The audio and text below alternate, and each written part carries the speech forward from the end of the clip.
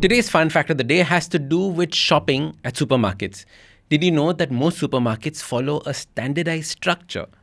They have all the processed and packaged foods in the center aisles and all the natural foods in the outer perimeter. So it makes sense to start shopping trips from the outside aisles. Buy all your fresh food first, then move or completely skip the inside aisles. Now, what is the difference and why is this so important, you ask? Food is, after all, just food, but not so fast. Processed food has been made in factories by humans who don't always understand the full implications of the ingredients. For example, the original Coca-Cola was made using cocaine. Of course, back in the day, it was legal, but we all know now how highly addictive it is. Hello and welcome to the Habit Coach podcast, the podcast where we evolve into the best versions of ourselves, one awesome habit at a time. I am Ashdin Doctor, your habit coach. Now, moving along, nature and a few 100,000 years of evolution have created foods with the perfect balance for us. There is wisdom in the way plants and humans have been coexisting for all these years. Now, suddenly, because we create artificially designed food to be addictive, using the right balance of sweet, salty, and fat. These three flavors have been researched as the most addictive for the brain. Think about all the junk food that you have. It's always a mix of salt, sweet, and fat. You know, those yummy French fries? Dr. Michael Pollan has a very nice quote. He says, if it was made by a plant, eat it. If it was made in a plant, don't eat it. And I feel this is a very good guiding principle. So why am I harping on this whole processed food so much?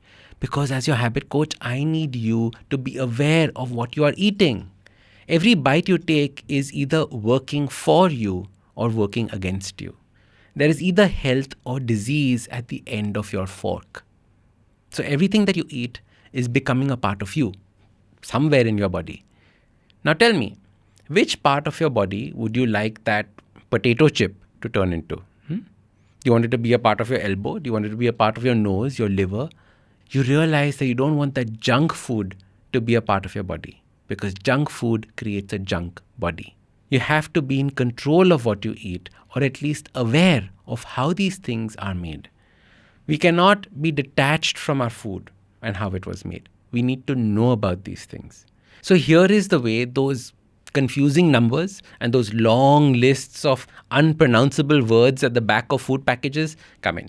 Heck, there are 56 different words used to just describe sugar, right from things like mannitol to rice syrup. Now, what part of rice is syrupy beats me. But that's how they process these things. So let's start with the basic ingredients. One simple rule of thumb is to avoid foods that have ingredients that you cannot pronounce. Let's take a very popular packaged chocolate snack, for example. Not using a brand name, obviously. It contains wheat flour, sugar, corn syrup, vegetable oil, palm kernel oil, palm strennin oil, glycerine esters, fatty acids, tropicol, shortening, okay, we understand, palm kernel oil, refined lecithin, cocoa preparations, milk powder, glycerine, alcohol, egg, lactose, leavening agents, ammonium bicarbonate, sodium bicarbonate, calcium phosphate, monobasic. I have no idea what these things are. And as a result, why are we putting all these things in our body? If you just spend time looking at the ingredients, you'll realize that you don't know how to pronounce half these things. And the only way to get over this is to actually spend time learning about it. This itself is a mouthful.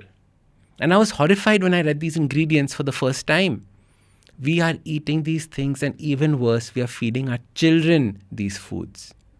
Would nature ever make something that was formulated like this? Reading and understanding ingredients is very complex, especially when they start mentioning preservatives, food coloring, artificial flavors, an ingredient that starts with E71. Like, what is that?